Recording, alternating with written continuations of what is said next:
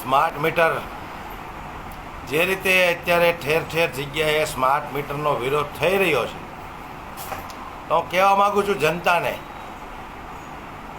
કે હવે તમે આ ભારતીય જનતા પાર્ટીવાળા જે કોઈ નિયમો લાવે એ હસતા માટે સ્વીકારવા પડશે. અને સ્માર્ટ મીટર એટલે શું છે? બહારની કંપની છે. અહીંયા એક વખત સ્માર્ટ મીટર ફિટ થઈ ગયા પછી અહીંનો એક પણ અધિકારી તમને જવાબ નહીં આપે. એ એમ જ કહે છે કે અમને આના વિશે કાંઈ ખબર પડતી નથી. અને સ્માર્ટ મીટર અચાનક કેમ આવ્યું એની પાછળનું મુખ્ય કારણ હું તમને કહું. અદાણીએ સોલારનો મોટો પ્લાન સ્થાપ્યો છે, સોલાર બનાવવાનું ચાલુ કર્યું છે અને બીજા કરતાં એ સોલાર સસ્તા આપશે. એમાં ફાયદાઓ પણ ઘણા બધા છે, આવું મેં જાણ્યું છે. એટલે ભક્તોના આકાને એમના આકાની કંપની સારી ચાલે, એમનો માલ એમની પ્રોડક્ટ વેચાય એટલે જનતાને રેલો લાવવાનો છે. હવે સ્માર્ટ મીટર લગાવો એટલે 5,000 થી 7,000 રૂપિયા બિલ આવે. તો 105 જણા તો એવા નીકળશે ને કે જે અદાણીનું સોલાર લગાવશે, એટલે એમનો ધંધો ચાલ્યો. જનતાનું જે થવું હોય થાય.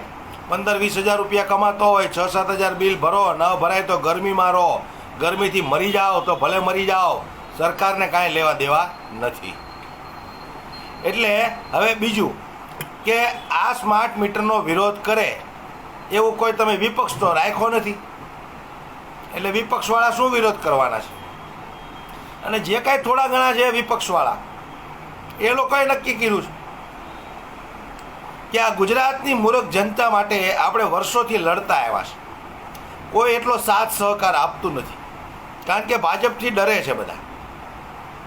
એટલે આ વખતે વિપક્ષવાળાએ કંઈક ને કંઈક એવું નક્કી કર્યું એવું મને લાગે છે કે આ વખતે જનતાને એના હાલ ઉપર છોડી દો અને જોઈએ કેટલો જનતામાં દમ છે, કેટલી તાકાત છે આ સ્માર્ટ મીટરનો વિરોધ કરવાની. એટલે હવે તમારે પોતાને જાગવું પડશે, તમારે પોતાને રસ્તા પર ઉતરીને આ સ્માર્ટ મીટરનો વિરોધ કરવો પડશે.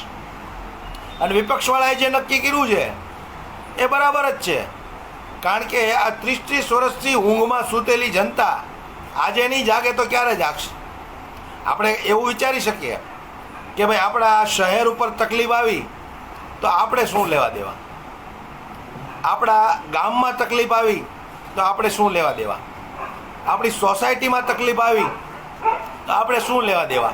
નેતાઓ અધિકારીઓ બધા લડી લેશે. પણ આપણા ઘર ઉપર જ્યારે તકલીફ આવી છે તો અત્યારે નહીં જાગો તો આવનારા દિવસોમાં ખૂબ એટલે ખૂબ કપરી પરિસ્થિતિ વેઠવી પડશે તમારે. એટલું યાદ રાખજો. આ સ્માર્ટ મીટર એટલે તમને ખબર છે 10 દીનું 2,222 રૂપિયા બિલ આવે છે, મોબાઈલની જેમ રિચાર્જ કરાવવાનું. અને આ કોઈ કંપની અહીંયાની નથી, બહારની કંપની છે. એટલે તમે તમારો અવાજ ઉઠાવતા નહીં શીખો તો મરી ગયા માનજો તમે. એક વખત જો આ સ્માર્ટ મીટર લાગી ગયા એક શહેરની અંદર એટલે જીવવું મુશ્કેલ પડી જવાનું છે.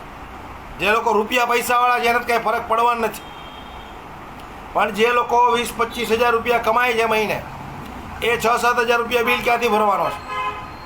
એટલે વિરોધ કરો, વિરોધ કરો આ સ્માર્ટ મીટરનો કે અમારે જે જૂના મીટરો છે એ બરાબર છે, બાકી તારા સ્માર્ટ મીટર તારી પાસે રાખ.